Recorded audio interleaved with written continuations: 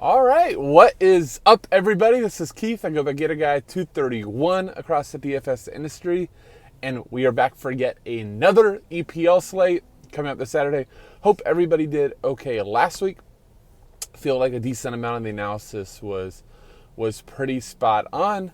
I was fortunate enough to end on Ajmali Sarr, who I didn't love, just kind of like landed there, and I mentioned a lot about how teams getting promoted were somewhere in the target, especially versus weakish sides. So we saw Brentford take care of business versus Arsenal, which we were on for the showdown video, and then Watford held on versus Villa. Not the commanding Watford performance I thought was seeing in the first half. I ended up on Watford goalkeeper plus Sarr, faded Buendia, who was fairly popular. Last thing on last week, I think the Chelsea situation got a lot more clear when we got lineups, which is just such the big thing this season, right? When we get these games all at once, and we don't have to, go, my goodness, City's at 2:00, and the first game's at 9, or what was it, 1, last year, and I have to save a forward spot, a midfield spot, a utility slot. No, all that is over. We're getting all the lineups at once. So we saw no Reece James, no Ben Chilwell. So we knew Marcos Alonso was a great play, had taken sets. And then likely with no Callum Hudson-Odoi, Mason Mount was going to have some version of set pieces. So, he was the lock for me in cash. Rest is history. So hope you all did well. Saturday's slate is really just going to be all about Manchester City. Like so many slates this season will be. We got Manchester City at home versus Norwich, over a minus 900 favorite, probably by lock. They'll be close to minus 1,000 as more and more money comes in. Your second biggest favorite on the slate is Villa hosting Newcastle. It's only a minus 100 favorite. I kind of want to go how I want to do today, because obviously this is another one of the driving videos that, I know some people like it. Some people will probably like, oh my goodness, this again. So, enjoy Tampa Bay in the side. But, I'm not going to go over pricing as much as I am going to be going over players, construction. I kind of just want to talk about the games and what I see. So I'm going to save City for the end, because then we're going to be talking mostly about City players. But Villa hosting Newcastle, I think it's pretty interesting from the standpoint of how terrible Newcastle looked last week at home at St. James Park, who has always been like a good thing in the past few years. I've used to like targeting Newcastle, especially under Rafa Benitez, even a little bit over Steve Bruce, at home, because the crowd gets behind them. It's a tough place to play, and they looked in shambles. So Villa coming home with a ton of new players. That was the reason we didn't like them last week, right? Because they had too many new players going to a pretty hostile environment. Watford, newly promoted, going to get that boost from their fans. I think I'm back on Newcastle a little bit. I'm not Newcastle, I'm sorry. Aston Villa a little bit. Just because of the matchup at home and ownership. You've just got to understand this slate. So much of the ownership is going to be on City, and especially on salary pieces, right? People are going to spend any higher price spot that they have to spend up on is going to go to City. And yeah, that's a technique that you can use to, try to gather all the performances. So let's say that, they play Mahrez, Jesus, Sterling, and Kevin De Bruyne. You can do it.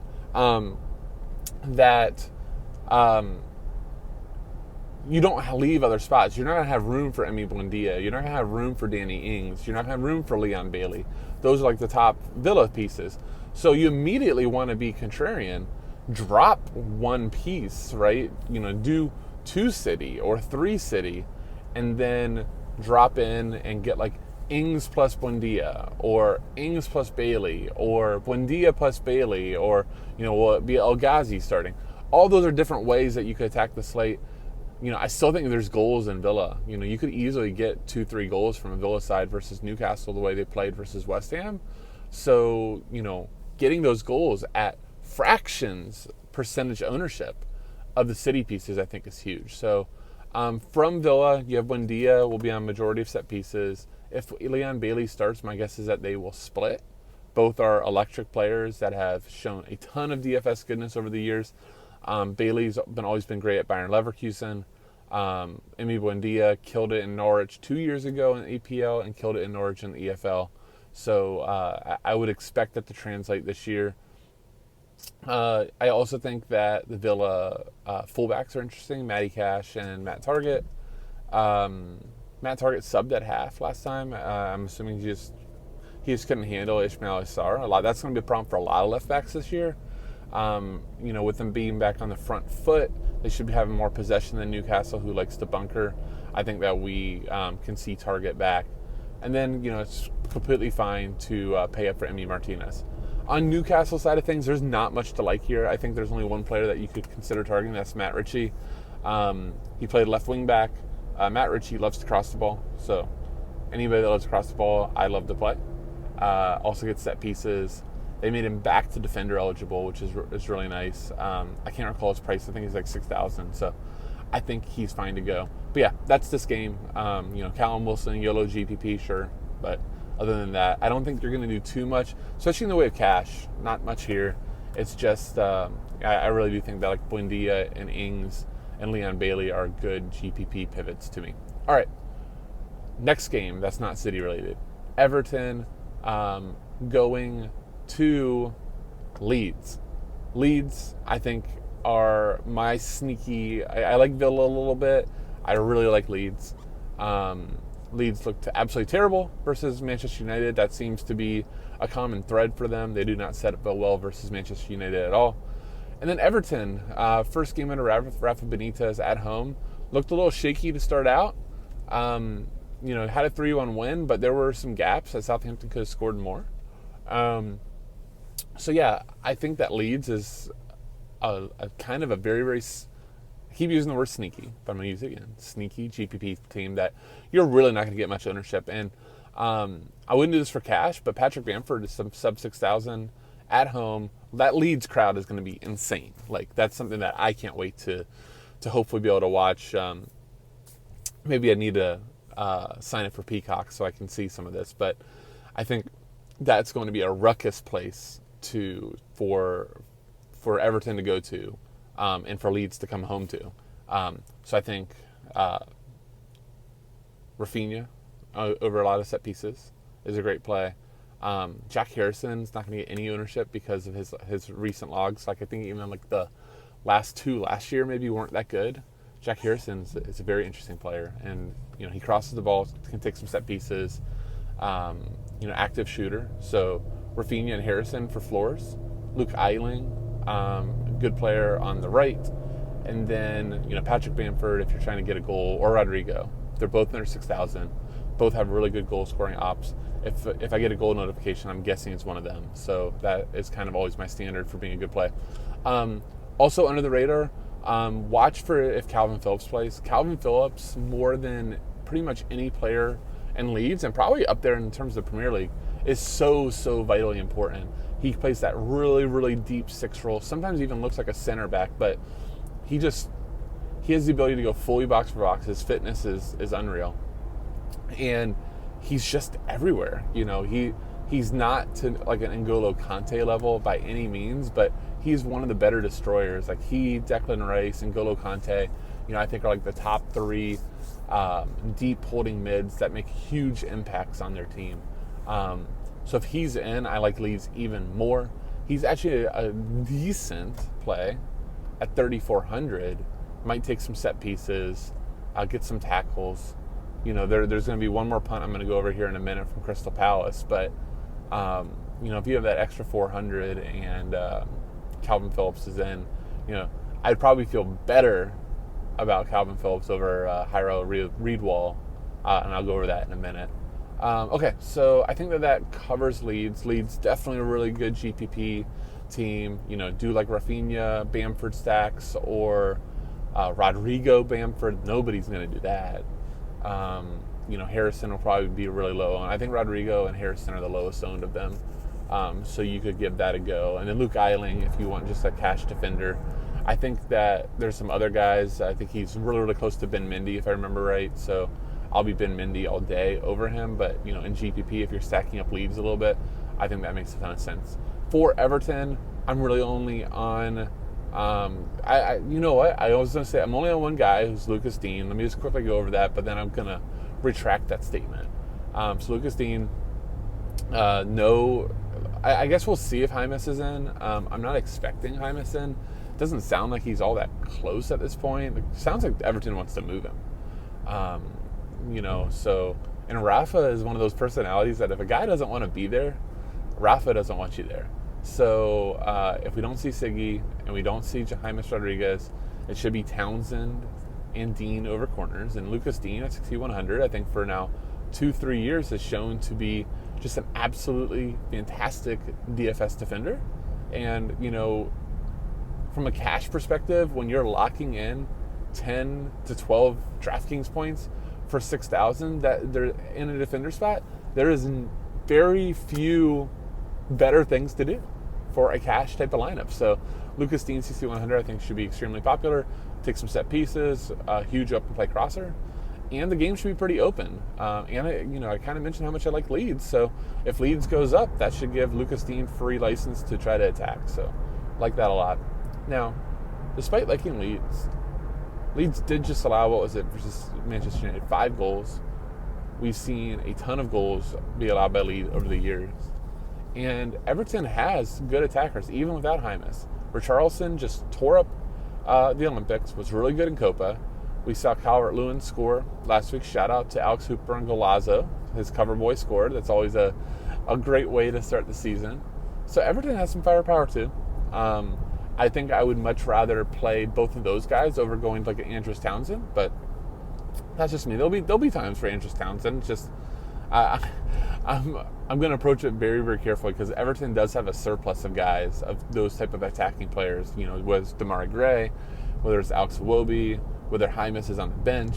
They have a lot of guys that they can sub in for him. And again, just getting new and acclimated to the club. I'm not like jumping head over heels to be on Andrews Townsend. Decore scored last week, but don't be fooled by the logs. That's more of an exception than a rule. Yeah, so I think Everton's fine. Talk about low-owned GPP, especially away from home. I don't see Everton getting much ownership at all, so I think that makes sense. All right, Palace versus Brentford. This is the lowest total. This is 2 not that great DFS type of teams, and I really don't think that you're going to be on much here at all, not only for cash, but also GPP as well. I guess if you really wanted to go low-owned, stack up, do mini stacks of either of these teams and you'll get nothing. But first off, Brentford was like the most fun game of the weekend.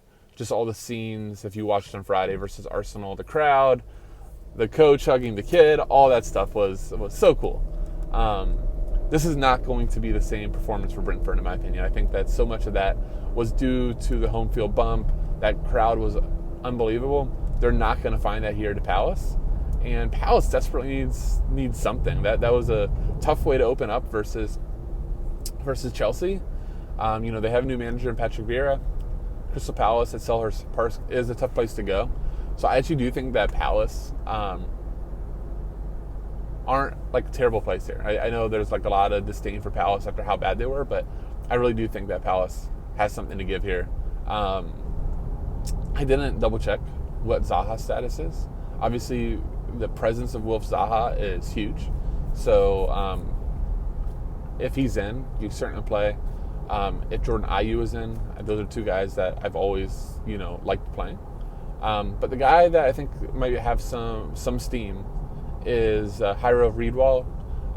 Former center back in the Dutch league, plays more of like a number 6 role. I've seen him at left back. Seems to be kind of a jack of all trades, but he took the 2 corners for Crystal Palace versus Chelsea, and he's 3,000. 3,000 Stone Men.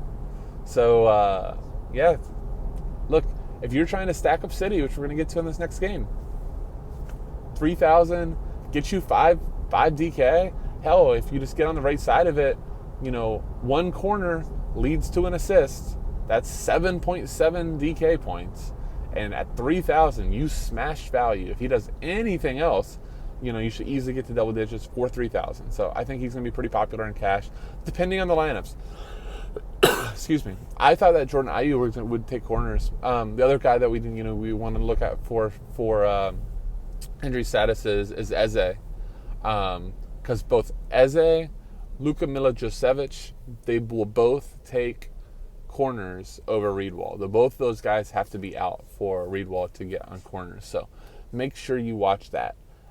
For Brentford, Sergi Canals took their corners. I thought it would have been Bruyne and Buemo, but it was Canals who also plays right back, wing back. Look, 7,000 on this slate, though, as much as I like the player, I just think it's too much. And, the rest of Brentford didn't show a ton of DFS, goodness value. If you kind of like Brentford a little bit, doing like Canals and Ivan Toney, the championship's top scorer last year, I think makes sense. Toney on his own, him just there and just say maybe he'll get the goal. Should be low owned. But yeah, outside of them and maybe goalkeepers, I think Giata, considering I don't mind Crystal Palace here, I don't think Giata's a bad play. But yeah, these are thin plays outside of Reedwall. Canals I'm sure will be owned a little bit after putting up 21 DK, I think it was. But I think you can use 7,000 better. If I'm putting Sergi Canals by Lucas Dean at a $900 discount, it's no question I'm playing Lucas Dean. All right, let's get to City versus Norwich. Almost minus 1,000 favorite, over a 3 total. Let's just kind of go through the players. So Kevin De Bruyne did make a cameo last week, played 10 minutes. It sounds like there's a good shot that he could start. Here's kind of how I would rank things. If Kevin De Bruyne is in, Kevin De Bruyne becomes a lock. Even if you don't think he can play 90 minutes, it doesn't matter. It's Kevin De Bruyne.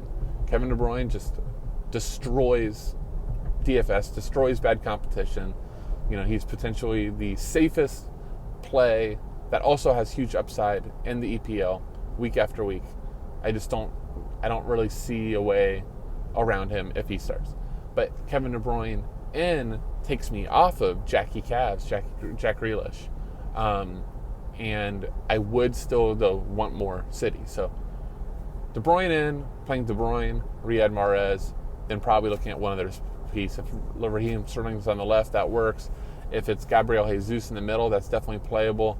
But I think that I play those guys and fill my forward spot over stacking him with Jack Grealish. And here's the thing.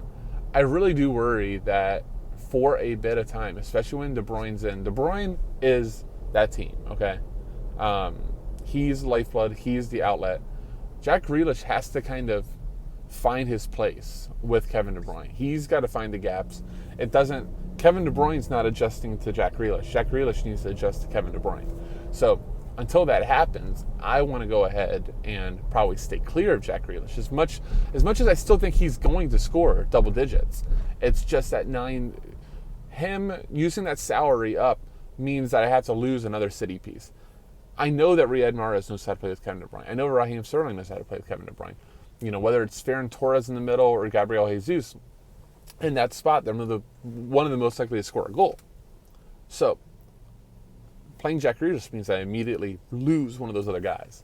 And I would much rather lose Jack Grealish, still finding his footing with City, than lose one of the others. I hope that makes sense. So I think there's a really good chance that you're playing De Bruyne, Mahrez, and then one more piece, whether it's Torres, whether it's Raheem Sterling, or you just stop there, right? You just stop at Kevin De Bruyne and Mahrez. Those are the two best floor plays. They both can show up with goals. And if you go, look, I think City could struggle and only score 1-2. That's fine. I don't think it's going to happen. I think Norwich got a really, really rough draw on schedules. It's also worth noting that 2 of the 3 goals Norwich allowed to Liverpool on last Saturday was from the center forward position. It was Firmino and Jota, both in the center of the park. So, I hope it's Jesus starting. I feel a little bit more better about Jesus than Ferran Torres. Definitely seems like Ferran Torres is still trying to find his role in that center forward number 9 position. And, did not look good versus Leicester. Did not look good versus Tottenham last week. All right. A couple other plays. João Cancelo is fine.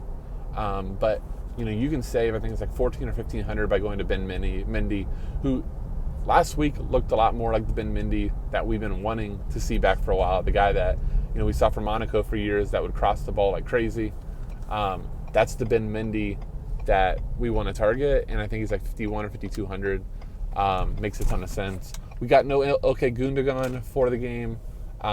So my guess on that lineup is Sterling, Jesus, Riyad Mahrez, front line, Kevin De Bruyne, Rodri, I think comes in for Fernandinho, Jack Grealish, the midfield three, then Mendy, some version, definitely Ruben Diaz, should be Stones or Laporte, and then Cancelo on the right. Maybe Kyle Walker comes back in, pushes Cancelo to the left. We'll just have to see. There's a great part of this game, though, is that we know the lineups. No more, City roulette when you know the lineups is one thing, right? Just trying to figure out where the goals are going to come from with them being such a big favorite. But City roulette is so much more brutal when you don't know the lineups. So we know the lineups. I'll make it all that much better. So final thing for kind of a core. It's going to be kind of a soft core for you guys, but it's the most important thing to do in the lineups is going to be Kevin De Bruyne, assuming he starts. And I should say this: if Kevin De Bruyne does not start, then Jack Grealish is a lock. That to me is how you go. So if you don't see De Bruyne, then you put Grealish in there, 9,100. Should be taking set pieces without Gundogan. Him and Mahrez split. Those two are easy. So Kevin De Bruyne, Mahrez, City forward. And then if you don't get Kevin De Bruyne in, then Jack Grealish, Riyad Mahrez, and one more City forward. Hope this all helps. Thank you all so much for watching. Once again, reminder, I didn't remind you at the beginning. So you guys got like a free no sales plug until the end. But like, subscribe, comment, all really does help. And if you want to be in part of all the soccer action at FSI, please check out the link below. You can buy a day pass for as low as $4 to soccer, especially on Saturdays. It's worth its money over and over again when we cover a majority of the slates, all the EPL, all the showdowns, Draftkings, and FanDuel. We'd love to have you aboard. Thank you all for watching. With that, I'll say, see you!